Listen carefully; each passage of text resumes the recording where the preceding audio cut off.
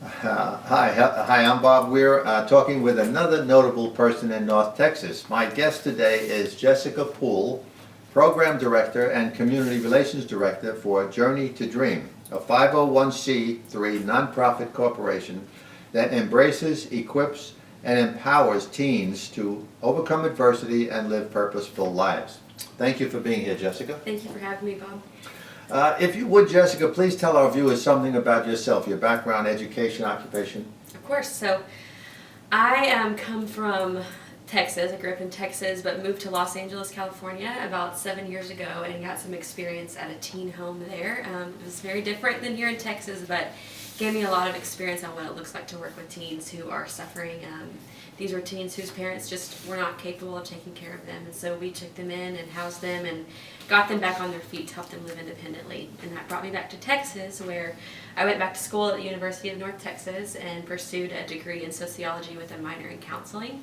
And then ran into Kim Hinkle, and we went on this mission to help hurting teens. I actually ran a drop-in center in Louisville for homeless teenagers for about 3 years, where they could come and get support after school, mentors, food, anything they needed. So that's where this journey started for me.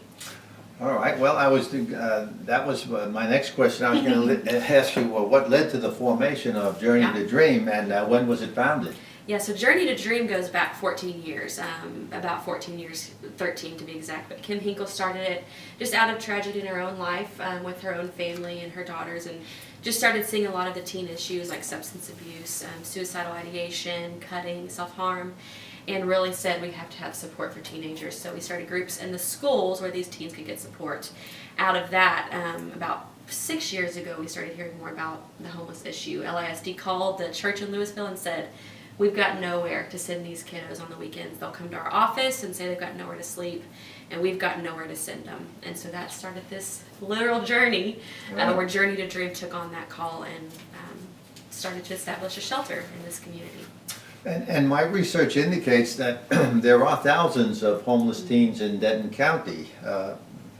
How did they end up homeless? Yeah, that's a great question. So a lot of these kids are fleeing abuse. Many of them, maybe mom got a new boyfriend who is abusive verbally, physically even, emotionally, and this teen daughter decided, I can't deal with this anymore, I'm out of here. Being raised by a single mother, mom may have had to make the hard decision, hey, this boyfriend's supporting me and I need to stay with him. And so often teens will flee those kind of abusive situations. Sometimes parents are dealing with their own mental health or substance abuse issues and just aren't capable. Many people will ask, well, how come CPS doesn't get involved, or how come they don't go straight to foster care? And unfortunately, a lot of times CPS is so overwhelmed with young ones that the teenagers are kind of misplaced, or maybe they're not top priority. And so a lot of times they kind of fall through the cracks, to be honest with you, unfortunately. Do many of these teenagers ultimately go back to their families? It's a great question, Bob. Our goal would be that they would be reunited with the family, whether it's the parents or family members, aunts, uncles. Our goal would be, we're hopeful that they would be able to reunite, but unfortunately, like I said, sometimes those families are the perpetrators. They are the reason that the kid was not safe in the first place. But at Kyle's Place, part of our goal is family reunification.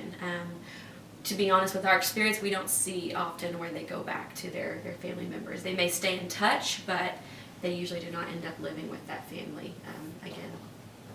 You know, when I first heard about this a few years ago, because we did interviews in the past as well.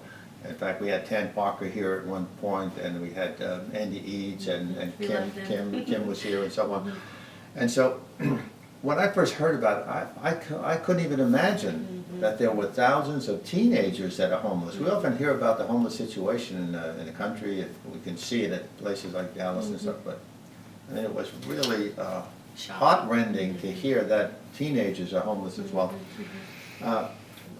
How do you get in touch with homeless teens in order to help them? Do they get in touch with you, or? Yes and no. Just to clarify, a lot of these 2,000, some of them are younger, so we use LISD's tracking system. That's how we're able to identify these homeless teenagers. They have to fill out a student residency questionnaire at the beginning of the school year, and that helps us identify if they're in an unstable living condition.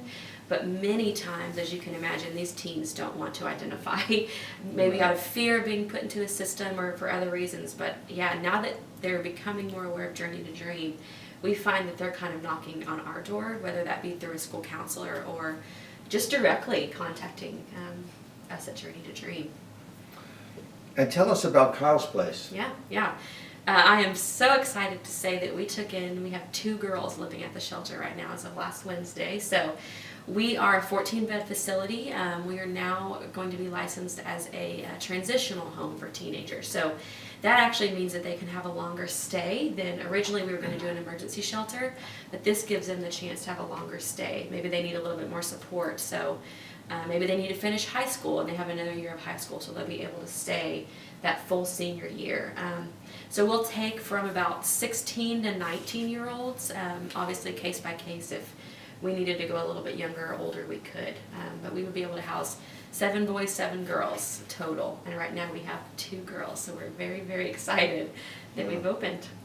And does a teenager apply to get into Kyle's Place? Great question. Yeah, so Christy Daniel, our shelter administrator, has an assessment form, and she just assesses the need, prioritizes the need. So many times if teenagers are referred by counselors, they fill out this needs assessment, and Christy's able to see who's in more need of others. And that's sad that we have to prioritize, but like we said, there's so many. Right now we're only able to house 14, so we do have that system. And it's true, I suppose that many homeless teens end up selling drugs or exchanging sex for food, clothing, or money to survive. Mm-hmm. Yeah, that's definitely a risk. That's why Kyle's Place. We want to get them out of that environment. We've told you in the past many times that within 48 hours, these teenagers are approached by a trafficker. Right, yeah. And so, yeah, there's just very risky behaviors that in order to survive, they're opened up to, unfortunately. And a lot of times they're in survival mode.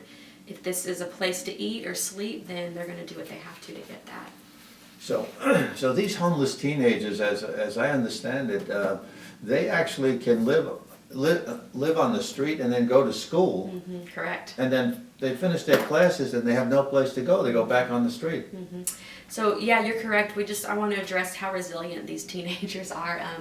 Many of the ones that we work with are couch surfing. So we've had some that are out on the streets, but most of the time they're finding a wrestling coach, a teacher that cares, a friend. We've had many parents come along and say, I used to house a teenager. I didn't realize they were homeless at the time, but they were spending that at my house all the time. So many of them will couch surf. But yes, you're right. I'll never forget, most of my time spent at the drop-in center was calling around asking these kids, okay, where are you sleeping tonight? Yeah. So not, have you finished your homework? Do you know what you're going to eat tomorrow? But where are you sleeping tonight? Who are you staying with? So. Yeah, are the parents liable in any way for the well-being of these kids? It's a very touchy question. Yes. As a parent, you're responsible for your child up through their 18th birthday, as many of us know that. Through the 18th, that's what I always thought. Yeah, and liable is tricky because they've obviously neglected the teenager, and that's why we have to step in, because they've, in one way or another, they've said we're not taking responsibility for this child anymore, and so that's where CPS will step in, or we'll come in and take them on. But we cannot force the parent to be involved if they've given over those rights. Well, I guess things must have gotten pretty bad at home when the parents won't take responsibility when the kids are out in the street. And the, couch surfing, is that what it's called? Yes, sir. Couch surfing, that means staying at a friend's house from Correct. time to time and sleeping on a couch at this friend's house and next night at this friend's house and so on. Okay. Correct. Jessica, how can people in the area help to end this nightmare other than bringing attention to it like Great this? question. Yes, this is obviously first and foremost just spreading the word. So many people, we're just in need of more people to spread awareness about what we're doing, but also we have many volunteer opportunities. So on our website, we're journeytodream.com. There's a tab for getting involved.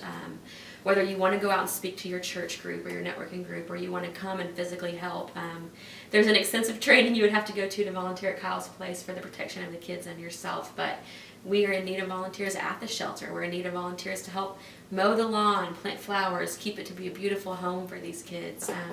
Help at our gala committees, our fundraising committee. So there's many volunteer opportunities we have. Well, Jessica, I want to sincerely thank you for being Thank here you very much, yeah. and our best to Kim Hinkle and for all of the staff that does so much for homeless kids. I really appreciate it. Thank you And very Meet you. much. Thanks for all you do, and thank you for watching.